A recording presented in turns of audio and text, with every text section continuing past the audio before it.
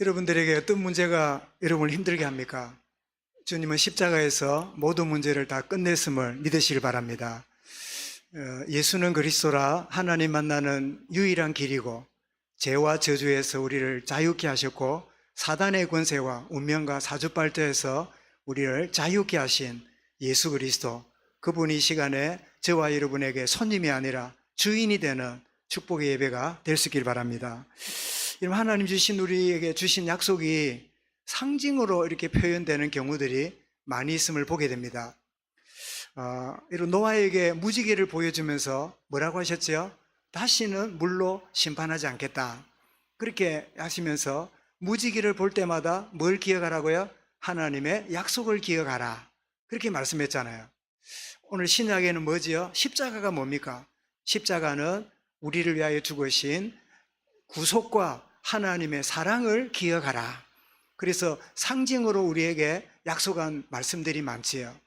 여러분 잘 아시는 대로 아브라함에게는 하나님이 하늘의 별을 보라고 말씀하고 땅에 있는 모래를 보라고 하십니다. 그래서 하늘의 별을 볼 때마다, 바다의 모래를 볼 때마다 뭘 기억해요? 나의 후손들이 이토록 수많은 하늘의 별처럼 바다의 모래처럼 주시겠구나. 그거를 기억하는 상징적인 약속이지요. 그럼 한번 물어보겠습니다.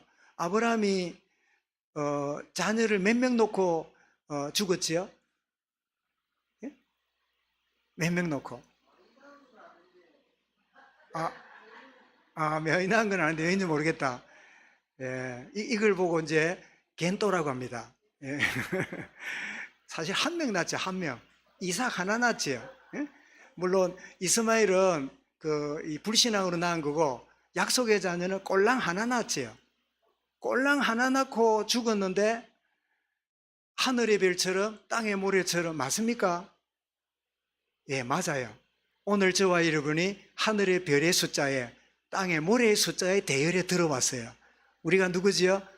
믿음의 조상 아브라함의 자손으로 오늘 이 땅에 믿음으로 살아가는 거지요. 그래서 하늘의 별을 보고 땅의 모래를 볼 때마다, 그런데 왜 꼴랑 하나야? 하나님 약속해놓고 왜 안 지켜? 이게 오늘 우리의 현실일 수 있습니다. 우리가 언약 붙잡고 나아갈 때 육신의 눈으로, 환경의 관점으로 바라보면 아무것도 되는 게 없는, 제대로 이루어지는 게 없는 것처럼 보이지만 하나님은 두고 하나님의 자신의 언약을 이루어 가신다. 이것을 우리에게 말씀하고 있음을 이런 기억할 수 있기 바랍니다. 이런 더 나아가서 예수님이 말씀할 때 들의 풀을 보라. 저 백합화를 하나님 먹이고 입히지 않느냐. 그리고 공중에 날아가는 새를 봐라. 저 새가 하나님 허락지 않으면 떨어지는 법이 없다. 그러면서 들의 풀을 보고 날아가는 공중의 새를 보면서 뭘 바라고요? 하나님이 돌보시고 하나님이 지키신다. 이렇게 상징을 통해서 하나님 약속을 주신 거예요.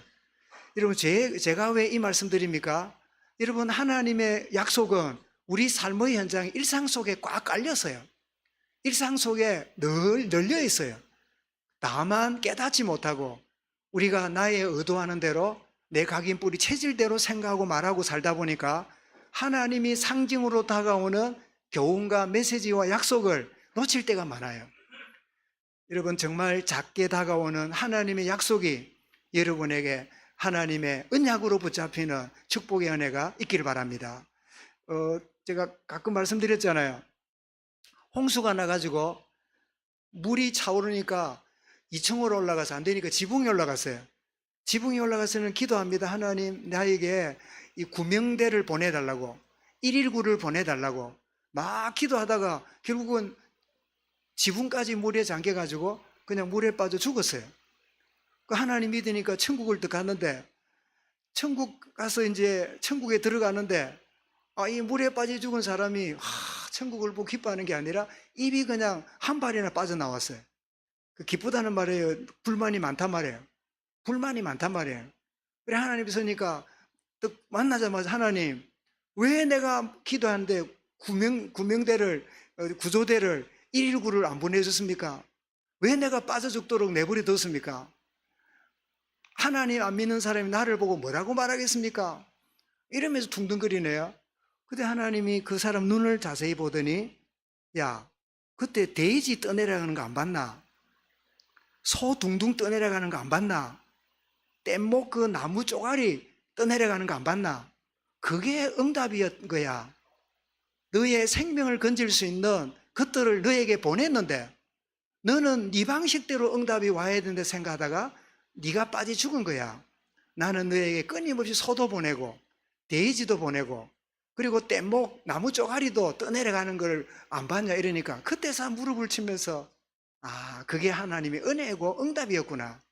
여러분, 하나님의 응답이 기적으로 오는 것만 아닙니다. 작아 보이고 무심코 아무것도 아닌 것처럼 보이지만 이것이 하나님의 응답이구나. 하나님이 상징으로 일상 속에서 오는 하나님의 약속을 붙잡는 축복의 은혜가 저와 여러분의 삶 속에 넘쳐날 수 있길 바랍니다. 그것이 뭐지요? 간증거리가 되고 그것이 뭐가 되지요? 주님 앞에 감사거리가 되는 그런 일상의 영적 생활이 되는 거죠. 여러분, 오늘 이 데살로니가 이 구원을 위해서 역사가 일어났을 때 이 종교인들의 박해로 인해서 더 이상 석주 이상을 사역을 못했어요. 그래서 데살로니가의 이 종교인들이 깡패를 동원해 가지고 복음을 막으니까 여러분, 복음 가로막는 유대인들의 모습을 보면서 전도자 바울이 뭐 생각했을까요? 정말 나도 복음 모를 때 오늘 아침에도 무슨 고함 소리가 나대. 복음 모를 때, 구원을 모를 때, 교회 가치를 모를 때, 예배가 소중한 줄 모를 때 이렇게 막 소란하는 일이 벌어지잖아요. 그래서 바울의 모습을 빌립보 3장 6절에 내가 열심으로는 교회를 박해하고 사도행전 22장 4절에도 내가 이 돌을 박해하여 사람을 죽이기까지 하고 남녀를 결박하여 옥에 넘겼으니 꼭 자기가 지난날 복음 모르고 살았을 때 그 모습을 유대인들을 보면서 참 어떤 생각이 났을까요? 아, 나도 저랬지. 나도 복음을 없을 때는 복음 가로막는 그런 인생을 살았지. 그런 생각했겠죠. 그래서 바울의 그 베레아에 있는 제자들이 밤에 바울을 베레아라고 하는 도시로 이렇게 남쪽으로 피신을 시킵니다. 이 베레아에서 데살로니가에서 베레아까지 거리가 75km예요. 제가 지도를 부탁했는데요. 한번 띄워주시기 바랍니다. 방송실요.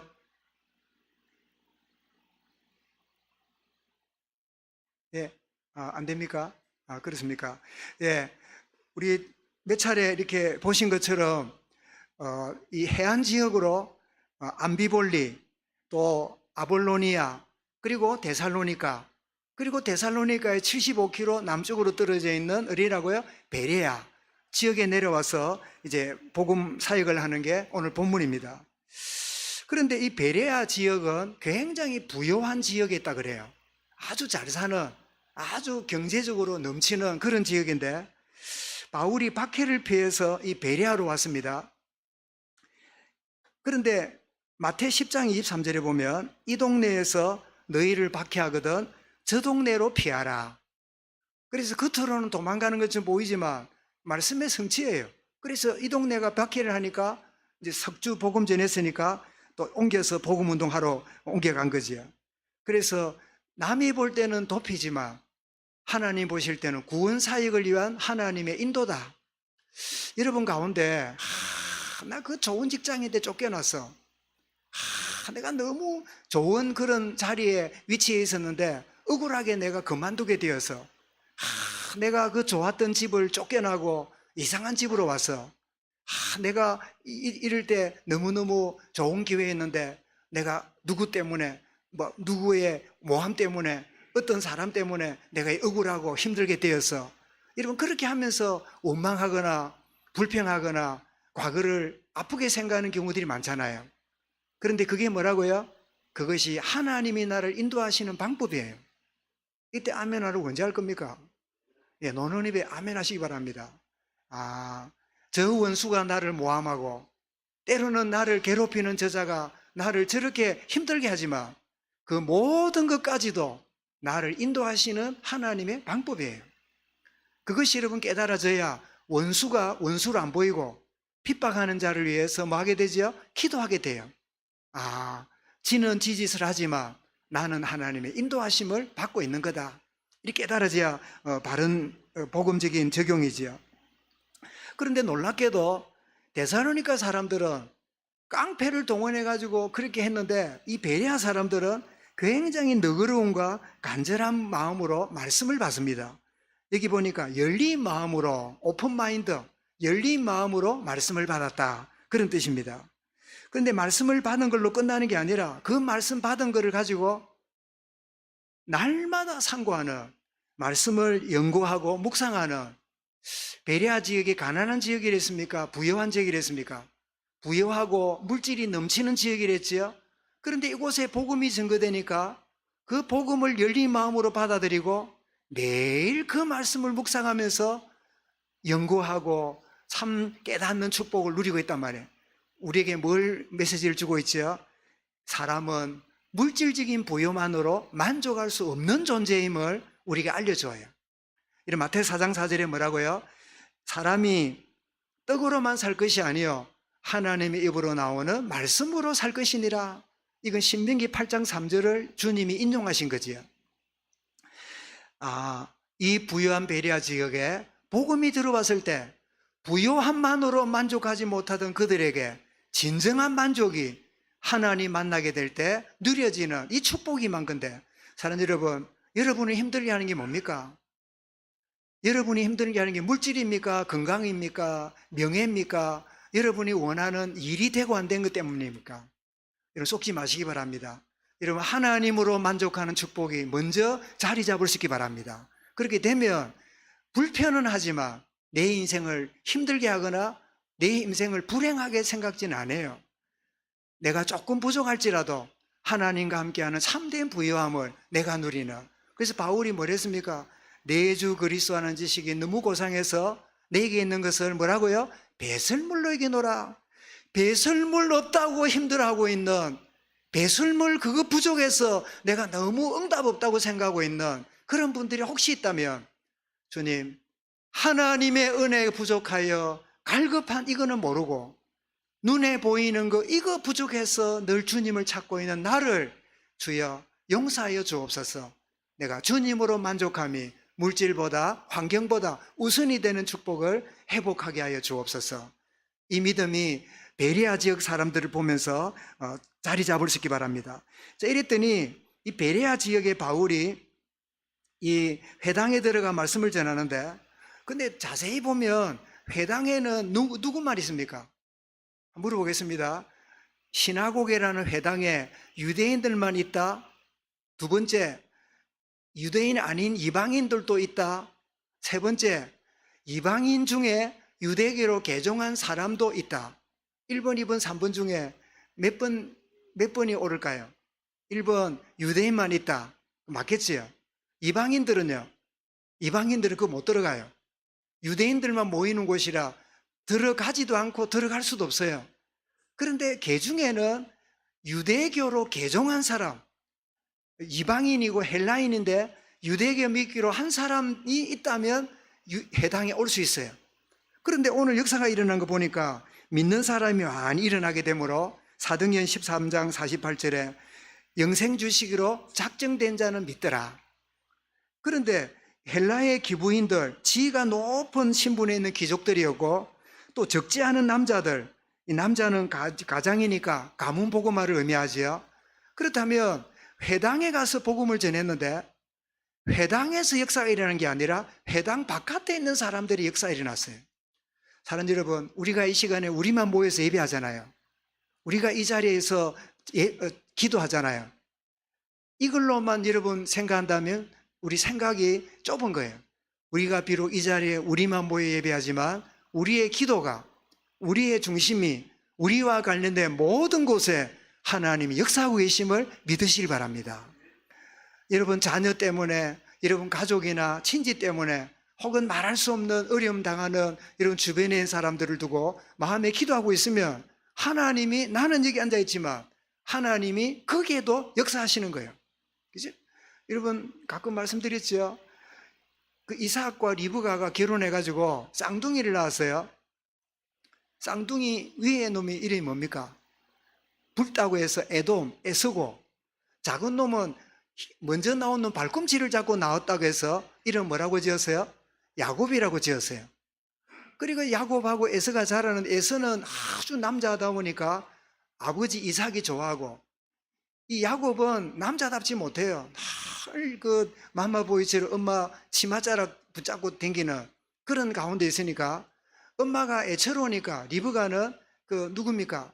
이 아들 이 야곱을 챙겨준단 말이에요. 그 편애가 심하지요. 아버지는 큰 아들을, 엄마가 작은 아들을, 이렇게 하니까 그 집안에 그 부부 갈등도 좀 있었겠지요. 그런데 결국은 장자권을 속여 빼앗고 나중에 장자 축복도 받고 나니까 이 에서가 장자권 넘어가면 축복도 넘어가는 줄 모르고 있다가 뺏긴 줄 알고는 죽이겠다고 칼을 갈지요. 그때 그 엄마가 야곱을 예삼촌 집에 가라고, 라반 집에 가라고 그래서 나갔지요. 그 야곱이 보따리 짐을 지고 광야에서 자면서 삼촌 집으로 걸어가는데 그때 엄마가 기도했을까 안 했을까요? 예? 야곱을 두고 어머니가 기도했을까 안 했을까? 너무 쉬워서 답도 안 합니까? 예? 보자, 우리 민경이 우리 오랜만에 왔는데 그죠? 민경이 확 돋보이네요. 옷 색깔도 환하게 그지? 민경이한테 물어보자. 민경이가 시집 갔다. 그런데 아들 둘이가 싸우다가 작은 놈이 도망가듯이 집을 나가서 삼촌 집으로 가고 있다. 그럴 때 기도 나오겠어 안 나오겠어요? 나오겠지요. 시집 갈 자격이 있다. 이제 집에 있는 에서보다는 집을 떠난 야곱을 위해서 얼마나 기도했을까요? 그런데 어머니가 기도한다는 걸 야곱이 알았을까 몰랐을까? 한번 물어보세요. 민경에게. 야곱이 막 두려워가지고 무수 떨고 사막에 자고 있을 때 어머니 아버지가 나를 위해 기도하고 있다. 그걸 알았을까 몰랐을까? 예? 그거는 모르지. 성경에 안 적혔으니까. 그런데 분위기를 보니까 야곱이 그런 생각이 없어요. 내나 발꿈치나 잡고 인본주의나 쓰는 인간이 문제 왔는데, 문제 왔을 때 영성이 생기나요? 뭐랍니까? 집에서 새는 바가지 나가도 어떻게 된다? 예? 집에서 새는 바가지 나가면 어찌 돼요? 나가도 새요. 집에서 은혜 못 받는 게 나가서 은혜 받습니까? 어머니 아버지 옆에 있을 때도 예배 생활이 안 되던 게 집을 떠나서 예배 생활이 됩니까? 그러니까 어떻게 하면 살아남을까 그 생각밖에 없었겠지요. 그런데 그 부모님은 야곱을 두고 기도한 게 분명하겠지요. 그 결과가 창세기 28장에 두려워하는 야곱에게 무슨 일이 벌어지지요? 1번 사막 여우가 와서 물어 뜯었다. 2번 하나님이 야곱에게 나타났다. 1번이 2번에 우리 하준이한테 물어보자. 하준이 똑똑하니까. 야곱에게 무슨 일이 벌어졌어요? 사막 여우가 물어 뜯었다. 야곱에게 하나님이 나타났다. 1번에 2번에 2번. 예, 역시 맞아요. 2번. 하나님이 나타나서요. 이게 무슨 말이죠?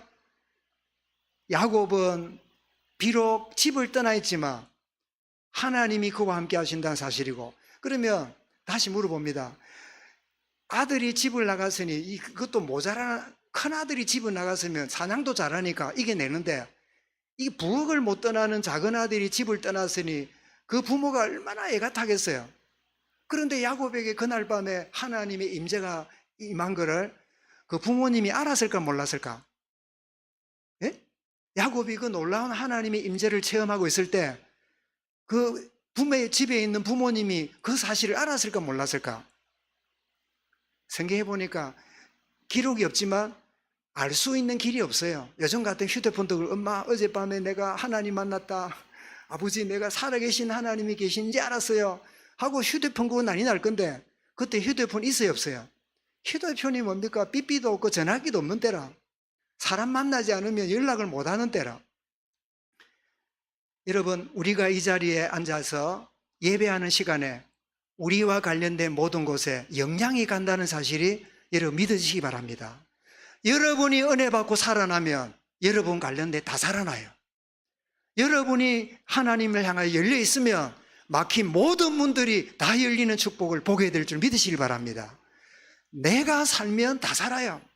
글마가 문제다, 그 문제가 문제다. 천만에요. 하나님 말씀은 네만 열리면 돼. 너만 살아나면 돼. 너만 하나님 관계 회복하면 너와 관련된 모든 곳에 대로가 열려.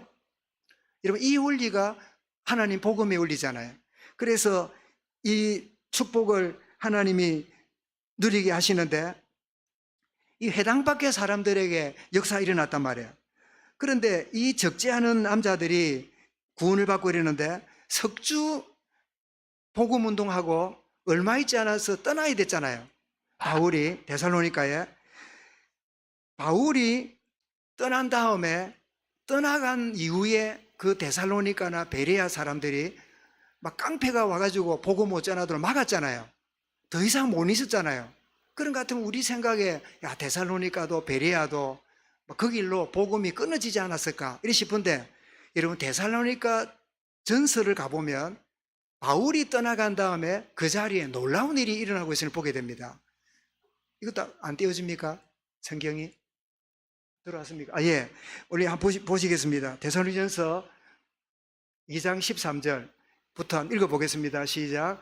이러므로 우리가 하나님께 끊임없이 감사함은 너희가 우리에게 들은 바 하나님 말씀 받을 때 사람의 말로 받지 아니하고 하나님의 말씀으로 받음이니 진실로 그러하도다. 이 말씀이 또한 너희 믿는 자 가운데서 역사하느니라. 사람 말로 받지 않고 뭐로 받았다고요? 하나님의 말씀으로 받았다. 누가요? 데살로니가 교회에서. 자, 14절입니다.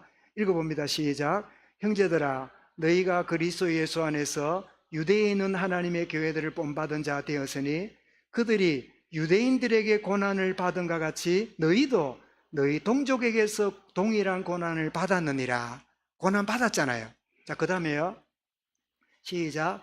유대인은 주 예수와 선지자들을 죽이고 우리를 쫓아내고 하나님을 기쁘시게 하지 아니하며 모든 사람에게 대적이 되어 이런 모습을 하고 있음을 말씀합니다. 그 다음에 16절입니다. 시작. 우리가 이방인에게 말하여 구원받게 함을 그들이 금하여 자기의 죄를 항상 채우매 노하심이 끝까지 그들에게 임하였느니라. 그래서 바울이 이 베레아 데살로니가 갔을 때 AD 한 5, 60년경인데 한 20년 뒤에 AD 70년에 로마 공격으로 예루살렘 성이 불타고 예루살렘 성벽이 없어져 버립니다. 예루살렘 성전 자체를 하나님 무너뜨려 버립니다. 왜요? 하나님의 징계가 임했다는 말씀이지요. 그 다음 데살로니가 교회의 모습을 보면 한번 읽어보겠습니다. 데살로니전서 1장 7절 8절인데요. 시작. 그러므로 너희가 마게도냐와 아가야에 있는 모든 믿는 자의 본이 되었느니라. 이 마게도니아는 지금 데살로니가 베레아라고 하는 큰, 예를 들면 진해가 어느 도에 속합니까? 경상남도에 속하지요. 그죠? 이런 것처럼 데살로니가 베레아가 진해 임마누엘 교회가 경상남도에 소문이 났다 그 말이에요. 그런 뜻으로 의미하겠습니다. 자, 8절입니다. 시작. 주의 말씀이 너희에게로부터 마게도냐와 아가야에게만 들릴 뿐 아니라. 이런 아가야는 애를 말하는 게 아닙니다. 지역 이름이 아가야야. 알겠지요? 그 마게도니아 경상남도, 경상북도 이렇게 크게 보면 되겠습니다. 마게도니아는 위에고 아가야는 아랫지역이고. 계속 읽어보겠습니다. 하나님을 향하는 너희 믿음의 소문이 각처에 퍼졌으므로 우리는 아무 말도 할 것이 없노라. 한번 보십시오. 하나님을 향하는 너희 믿음의 소문이 각처에 퍼졌으므로. 이게 무슨 뜻입니까? 바울이 데살로니가 베레아를 떠난 이후에 그들이 어떻게 했다고요? 복음의 소문을 퍼뜨렸다 그 말이에요. 복음 운동을 더 열심히 했다 그 말이에요. 이런 복음은 머무르지 않습니다. 생명이기 때문에 생명은 그냥 안주하지 않아요. 이게 확산되고 계속적으로 퍼져나가지요. 여러분 모소대나무 여러분 들어보셨죠? 그 중국에 있는 모소대나무는 물을 주고 비료를 주고 5년 동안 안 큰대요. 그냥 조만하게 그냥 죽지도 안 하고 살지도 안 하고 크지도 않고 있대요. 그리고 5년 지나면 얼마나 놀라운지 하루에 30cm 크고 몇 년 뒤에는 30m까지 80m까지 큰대요. 그래서 이 나무가 5년 동안 뭐 하는가 싶어 뿌리를 파봤더니 뿌리를 얼마나 넓게 얼마나 깊이 내렸는지 아무것도 안 한 게 아니라 앞으로 크게 올라갈 준비해가지고 뭐 했어요? 뿌리를 깊이 넓게 내리는 시간이구나. 진해마늘 교회에 25년 동안 뿌리를 깊이, 뿌리를 넓게 내리려고 하나님 준비한 시간표였다. 널리 아가야와 마게도냐에 너희 믿음의 소문이 널리 퍼졌도다. 바울은 떠났지만, 전도자는 떠났지만 그 복음은 그들에게 역사가 일어났음을 보여주고 있지요. 여러분, 정말 얼마나 놀랄 일을 우리 보게 됩니까? 자, 이 베레아에 복음 역사 일어나니까 세상에 75km 떨어져 있는 위에 있는 데살로니가에 있던 유대인들이 베레아까지 들어왔어요. 대단하지요. 할 일도 없는지. 하여튼 여러분, 복음 방해하는 데는요, 불교인이고 유교인이고 막 불신자고 필요 없어요. 오직 교회 핍박하는 데는 하나 돼요. 복음 방해하는 일은 온 집안이 하나 돼요. 그렇게 막 앞집 뒤 큰 집 작은 집 원수저도요, 예수 믿는 사람 욕하는 데는 딱 하나가 돼요. 그런 걸 많이 보고 들었을 거예요. 놀랄 일입니다. 그 데살로니가에서 75km니까 여러분, 걸어가면 75km를 걸어가면 얼마나 걸릴까요? 네? 걸어서 여기서 대구까지가 얼마나 걸립니까? 한 80km 됩니까? 90km? 예? 여기서 걸어서 대구까지 가면 하루 만에 가질까요? 뭐 쉽지 않을 거예요, 그죠? 중간에 쉬어야 되니까. 하루 종일 걸어왔을 거예요, 75km를. 그래 와가지고는 뭐 합니까? 놀랄 일입니다. 그런데 이게 마태이 23장 34절에 예언되어 있어요. 내가 너희에게 선지자들과 지혜 있는 자들과 서기관들을 보내매 너희가 그 중에는 들으는 죽이고 십자가에 못 박고 그 중에 들으는 너희 회당에서 채찍질하고 이 동네에서 저 동네에 따라다니며 박해하리라. 세상에, 주님의 예언이 하나님 잘생긴다는 유대인들, 하나님을 가장 잘생긴다는 종교인들이 이 틀린 예언의 성취의 주역이 되고 있어요. 이 동네에서 저 동네까지 따라가면서 뭐 하리라? 박해하리라. 차라리 이 동네에서 저 동네 따라가면서 우리가 못 전하는 복음 전하니 너무 고맙습니다 하고 오히려 격려하고 위로해줘도 모자랄 판에 따라다니 뭐해요? 박해하리라. 이 말씀 성취예요. 무리를 선동해서 복음을 분발을 방해합니다. 이런 마태 12장 32절에 보면 누구든지 말로 인자를 거역하며 사하심을 얻되 누구든지 말로 성령을 거역하면 이 세상과 오는 세상에도 사하심을 얻지 못하리라. 여러분, 이 말씀이 여러분에게 한번 이게 무슨 말인지 의문을 가진 분이 있을 거예요. 인자를 거역하면 어떻게 해요? 사하심을 얻지만 하나님의 성령을 거역하면 이 세상, 오는 세상에 용서받지 못한다. 이게 무슨 말일까요? 이 말은 그 당시 시대 배경을 보는데, 자, 눈에 안 보이는 하나님이 사람 몸을 입고 왔단 말이에요. 미안합니다. 예수님이 또 자기 앞에 섰어요. 사람으로 선 겁니다. 눈에 안 보이는 하나님이 사람이 되어 왔으니까 예수님이 뭐가 보입니까? 영광이 보일까요? 사람으로 보일까요? 사람으로 보이겠지요. 네 목수 아들이잖아. 너 동생도 있잖아. 뭐 어떻잖아. 네 랍비 교육도 안 받았잖아. 네 갈릴리 출신 저 말구유 태어났다면서 이러면서 인간적인 요소를 가지고 예수님을 비난하고 뭐 이렇게 말하는, 모르니까, 예수님을 모르니까 예수님을 거역하는 것은 어떻게 해요? 그것은 주님도 이해하신단 말이에요. 그런데 눈에 안 보이는 성령님이 역사하는데 그 역을 뭐지요? 예수 믿게 하는 일이 성령의 역사입니다. 쉽게 말하면 예수 믿지 않는 죄는 용서받지 못해요. 예수 믿지 않는 죄는 천국에 갈 수가 없어요. 예수 믿지 않는다는 말은 뭐지요? 내 행위가 구원받을 수 있다는 착각에, 교만에 빠진 거예요. 나는 의가 없습니다. 나는 죄인입니다. 나는 천국 갈 수 있는 아무 공로가 없습니다. 오직 십자가의 은혜로, 그 은혜로 나는 구원받을 수밖에 없습니다. 이게 뭐지요? 성령님의 깨닫게 하심의 결과예요. 그죠? 그래서 우리는 예수 믿음으로 천국 백성이 된 거잖아요. 그래서 예수님을 육신적으로 알고 거역하는 것은 사함받지만 예수 믿게 하는 성령의 역사를 거역하는 자는 이 땅과 저 땅에서 사함을 받지 못한다. 예수 믿지 않는 죄는, 예수님을 따라하지 못한 사람은 용서받을 수 있지만 예수님을 구원을 믿지 않는 자는 구원받을 수 없다고 하는 그런 이야기로 이해하면 맞는 말씀이죠. 여러분, 그들은 열심을 내었습니다. 하나님을 위한 것이라고 생각했어요. 그런데 알고 보니까 자기 신념 때문입니다. 이런 로마서 10장 10장 2절에 보면 내가 증언하노니 그들이 하나님께 열심히 있으나 올바른 지식을 따른 것이 아니니라. 신념이 뭐지요? 틀렸는데 올바른 줄로 착각해요. 사람들은 대부분요, 자기 속에 신념이 있어요. 틀렸는데 옳다고 생각해요. 올바른 지식이 아니니라. 고린도 10장 5절에도 이게 뭐라고요? 하나님 아는 것을 대적하여 높아져 있는, 전혀 하나님 원한 것도 아닌데 이렇게 해야 하나님 기뻐한다고 착각하고 있는 거예요. 여러분, 그들은 왜 이렇게 하나님 하고 그렇게 열심히 안식일을 지키고 절기를 지켰는데도 불구하고 이렇게 복음 반대하는 일이 벌어질까요? 그것은 육신적으로는 할례를 받았지만, 이런 남자아이들은 난지 7일 만에 할례를 받잖아요. 유대인들은요, 받았지만 마음의 할례를 받지 못했기 때문에요. 여러분, 할례는 육신으로 받든지 말든지 그거는 구원과 관계없어요. 다만 뭐지요? 마음의 할례를 받아야 돼요.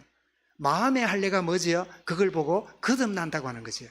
거듭나지 못한 종교인, 거듭나지 못한 유대인들이기 때문에 이 복음을 반대하는, 이런 사도행전 7장 51절에 보면 목이 곧고 마음과 기의 할례를 받지 못한 사람들아, 너희도 너희 조상과 같이 항상 거슬리는도다. 성령을 거슬린도다. 뭐라고요? 마음과 기의 할례를 받지 못한 자들아. 갈라디아 4장 29절에도 그때에 육체를 따라난 자가 성령을 따라난 자를 박해하는 것 같이 이제도 그러하도다. 그래서 로마서 여러분 그 2장 29절에 보면 무릇 표면적 유대인이 아니요 표면적 유대인의 할례가 아니니라. 갈라디 6장 15절에는 할례나 무할례가 아무것도 아니라되 오직 새로 지으심을 받은 것만이 중요하니라, 가하니라. 이게 무슨 말입니까? 종교적으로 육신적으로 할례를 받은 것 때문에 나는 하나님 백성이고 나는 구원받는다. 유대인들은 그 착각했어요. 그러나 바울은 뭐라고요? 육신적인 할례가 아니라 마음의 할례, 영적으로 거듭나는, 새로 지으심을 받는, 그래서 새로 나는 걸 보는 뭐라고 말합니까? 본 어게인, 새로 태어나는 거예요.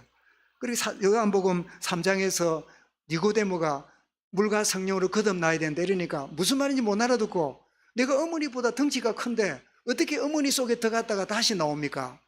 이렇게 무식이 단독 드리블하는 소리를 해요. 그때 주님 뭐라고요?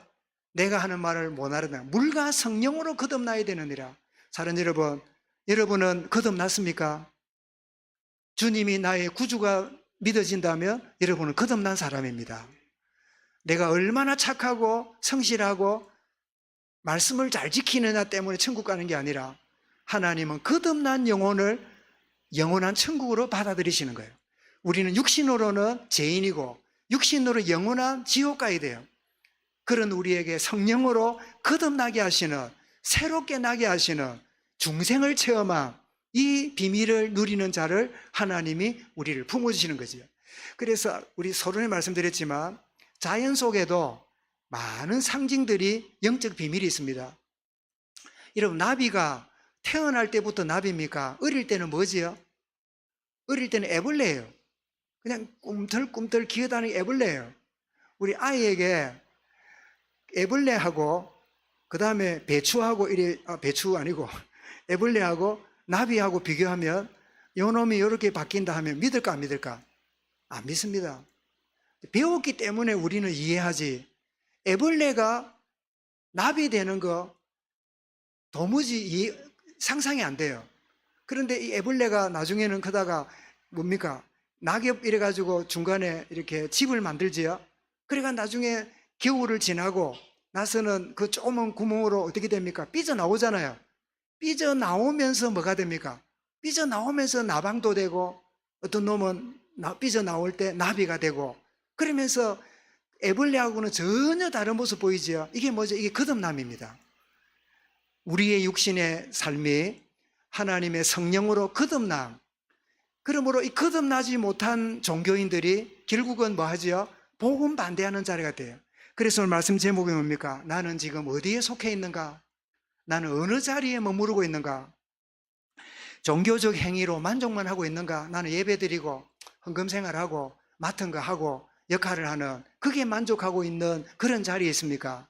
아니면 종교적 신념 때문에 결국은 복음 운동 거역하고 방해하는, 유대 데살로니가에 있는 유대인처럼 그렇게 살고 있는 자리에 있습니까?